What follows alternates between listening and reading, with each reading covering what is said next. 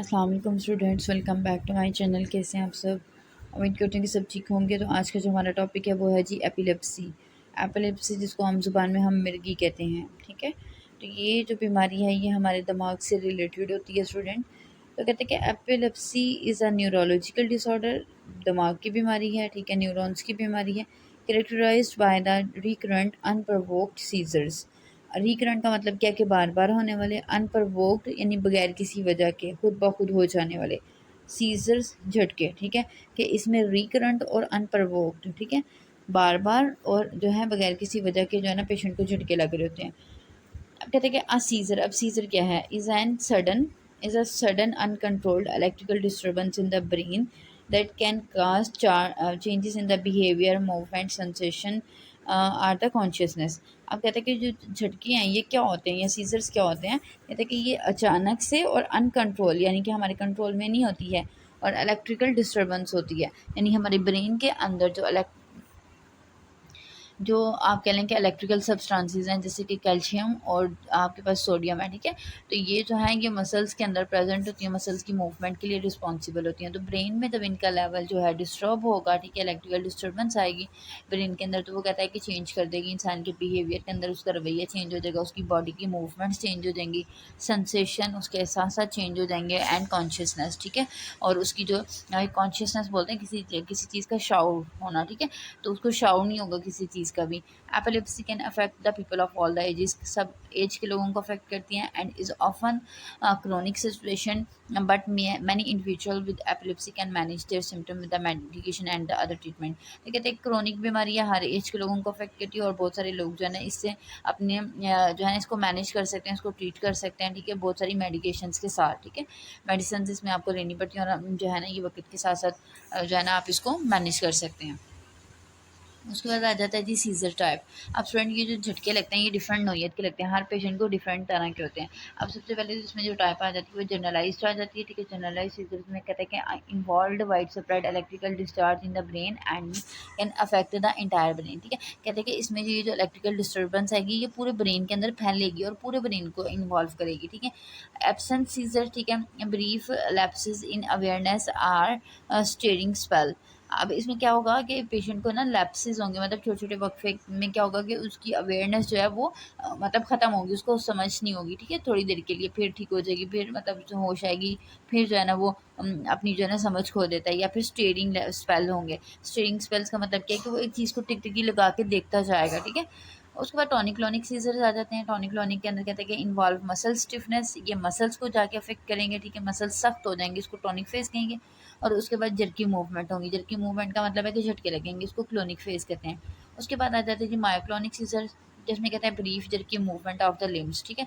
Limbs के अंदर जो है यानी कि जो हमारे हाथ पैर टांगे है ना, तो इनके अंदर जो है क्या होगा, जर्की मूवमेंट होगी झटके के साथ, ठीक है। उसके बाद कहते हैं जी focal partial seizure originate in the specific area of the brain, ठीक है। अब ये जो थी आपने जनरलाइज सीजर देखे थे जो कि पूरे ब्रेन में निकलते हैं और अफेक्ट कर रहे होते हैं, इसके आगे सब टाइप्स थी, absent seizure, clonic tonic clonic seizure और मायो क्लॉनिक सीजर। आगे फोकल पार्शियल आ जाते हैं, ठीक है, जिसके अंदर कहता है कि ये पूरे ब्रेन में नहीं इन्वॉल्व होंगे बल्कि ब्रेन के किसी एक पोर्शन को इन्वॉल्व करेंगे। सिंपल फोकल सीजर्स के बारे में आगे कह रहा है, कहता है डू नॉट इम्पेयर कॉन्शियसनेस, इसमें जो है ना पर्सन की कॉन्शियसनेस जो है वो इम्पेयर नहीं होगी, मतलब उसको सारा पता होगा कि उसके साथ क्या हो रहा है, उसकी बॉडी के अंदर जड़ की मूवमेंट हो रही है, ये उसको समझ होगी, ठीक है। उसके बाद कहते हैं कि complex focal seizures impair consciousness, इसमें उसको कोई समझ नहीं होगी, and may lead to unusual behaviour, और पेशेंट का जो बिहेवियर होता है वो कैसा होगा, अनयूजुअल होगा, चेंज उसका बिहेवियर हो जाएगा।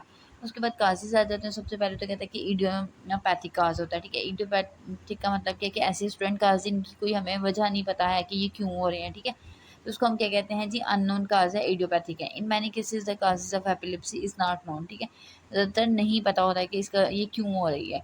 उसके बाद सिम्टोमेटिक और secondary epilepsy caused by the underlying conditions such as brain injury, tumours, infection, or the developmental abnormalities. आप कहते हैं कि बाजू का जो है ना मतलब प्रॉब्लम कहीं और हो रही होती है, लेकिन उसकी वजह से पेशेंट को एपिलेप्सी डेवलप हो जाती है, जिसको हम सेकेंडरी एपिलेप्सी कहते हैं, ठीक है। तो या उसको सिम्टोमेटिक कहते हैं। अब इसमें क्या होगा, या तो ब्रेन के अंदर इंजरी हुई हो, या कोई ट्यूमर हो, यानी कोई ग्रोथ बन गई हो जिस्म के अंदर, ठीक है, इन्फेक्शन हो गया हो, या फिर डेवलपमेंटल एबनॉर्मलिटीज़ के जब बेबी पैदा होता है, ठीक है, तो उसकी बॉडी जो है वो इसी तरह से ग्रो नहीं करती है, तो उन कंडीशन में भी जो है ना पेशेंट एपिलेप्सी में चला जाता है। नेक्स्ट कह रहा है जी जेनेटिक फैक्टर, ठीक है, some type of the epilepsy have genetic component, यानी कुछ पेशेंट के अंदर जो है वो जेनेटिकली भी प्रेजेंट होता है, यानी नस्ल से दर नस्ल जो है ये बीमारी शिफ्ट हो रही होती है। उसके बाद कहता है जी सिम्टम ऑफ एपिलेप्सी, सबसे पहले तो जी उसके अंदर कॉन्शियसनेस का लॉस आ जाएगा, लॉस ऑफ कॉन्शियसनेस, कि पेशेंट जो है वो अपनी कॉन्शियसनेस, अपनी जो है शाऊर है वो खो देगा, वीकनेस होगी, बहुत कमज़ोरी होगी, उसको एनजाइटी होगी, परेशानी मतलब होगी, डिप्रेशन होगा। उसके बाद स्टेरिंग, एक चीज़ को टिकटिकी लगा के देखता जाएगा, contraction and the jerking of the muscle, इस तरीके से उसके जो है ना बॉडी के मसल अकड़ जाएंगे, ठीक है, और जो है ना मसल्स के अंदर झटके लगेगा। उसके बाद कन्फ्यूज्ड स्पीच, यानी उसको समझ नहीं आएगी कि वो क्या बोल रहे हैं, ठीक है, स्पीच उसकी जो है ना वो प्रॉपर नहीं होगी। डायग्नोसिस में इसमें भी मेडिकल हिस्ट्री आ जाती है, ठीक है, आपने डिटेल में इसमें हिस्ट्री लेनी है, सीजर्स के बारे में पूछना है, झटके किस तरह के लगते हैं, बॉडी के किसी एक हिस्से पे लगते हैं या फिर पूरी बॉडी इन्वॉल्व होती है, उस टाइम पेशेंट की कंडीशन क्या होती है, झटके लगने के बाद पेशेंट का मूड कैसे होता है, तबीयत उसकी कैसी होती है, फ़ौरन से आराम आ जाता है या फिर कुछ टाइम लेता है, और झटके कितनी देर के होते हैं, एक सेकंड के लिए होते हैं, 2 सेकंड के लिए, या आधे घंटे के लिए, ठीक है। तो इस तरह से आपने डिटेल में हिस्ट्री लेनी है, और ये भी पूछना है कि ऐसी कोई ट्रिगर है, कोई चीज़ है जिसकी वजह से झटके लगते हों, यानी कोई चीज़ अफेक्ट करती हो पेशेंट को, तो उसकी वजह से जो है ना उसको झटके लगने शुरू हो गए हों, तो ये भी चीज़ आपने पूछनी है। उसके बाद आ जाता है जी इलेक्ट्रोइंसेफ्लोग्राम। इलेक्ट्रोइंसेफ्लोग्राम का मतलब ये कि स्टूडेंट आपने ब्रेन की जो इलेक्ट्रिकल एक्टिविटी है ना उसको रिकॉर्ड करना है, उसको जो है चेक करना है, उसका नोटिस लेना है। तो record the brain electrical activity and can help to identify the abnormal pattern associated with the epilepsy. तो कहते हैं कि आपने ईईजी करवाना है, और ब्रेन के अंदर जो एबनॉर्मलिटी चल रही है, ठीक है, जो कि एपिलेप्सी के साथ एसोसिएट करती है, उसको आपने चेक करना है। उसके बाद इमेजिंग स्टडीज़ आ जाती हैं, जिसके अंदर हम स्टूडेंट एमआरआई करवाते हैं, जिसको मैग्नेटिक रेजोनेंस इमेजिंग कहते हैं, सीटी स्कैन कहते हैं, ठीक है, में भी हम लोग परफॉर्म कर सकते हैं कोई भी एबनॉर्मलिटीज़ को चेक करने के लिए ब्रेन के अंदर। ट्रीटमेंट की बात करते हैं तो ट्रीटमेंट कहते हैं, ट्रीटमेंट में हम स्टूडेंट इसको एंटी एपिलेप्टिक मेडिकेशंस देंगे, यानी ऐसी मेडिसिन जो कि एपिलेप्सी के खिलाफ यूज़ होती हैं। The primary treatment for the epilepsy is the use of medication to control the seizures, ठीक है, यानी इसमें जो सबसे पहले मेन ट्रीटमेंट दिया जाता है एपिलेप्सी में, वो क्या दिया जाता है कि आपने झटकों को कंट्रोल करना है, क्योंकि झटके जो है वो कुछ कंडीशन में ख़तरनाक भी साबित हो सकते हैं।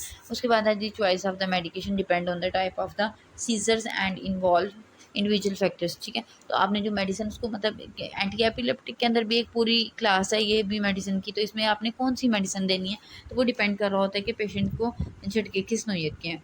उसके बाद आ जाता है जी लाइफस्टाइल मॉडिफिकेशन, जो कि हर बीमारी के इलाज का एक इम्पॉर्टेंट हिस्सा है। तो इसमें आपने जी ऐसे फैक्टर्स को अवॉइड करना है जिनकी वजह से जो है ना जो है वो उनको आइडेंटिफाई करना है, उनको अवॉइड करना है, ट्रिगर्स को, ठीक है, ऐसे फैक्टर को जो कि इसकी वजह बनते हैं। उसके अलावा मेंटेन करनी है अपने रेगुलर स्लीप, और उसके बाद स्ट्रेस को मैनेज करना है। तो कहते हैं कि जो सीजर्स की फ्रीक्वेंसी है, ठीक है, उसको ये क्या कर देती है, डाउन कर देती है, रिड्यूस हो जाती है, यानी आप कह लें कि जो झटकों का वक्फा है वो थोड़ा सा बढ़ जाता है, शिद्दत जो है उसमें कमी आ जाती है। तो इस तरीके से जो है ना आप लाइफस्टाइल मॉडिफिकेशन से इसको जो है कंट्रोल कर सकते हैं। उसके बाद आ जाता है जी मेनिंजाइटिस या फिर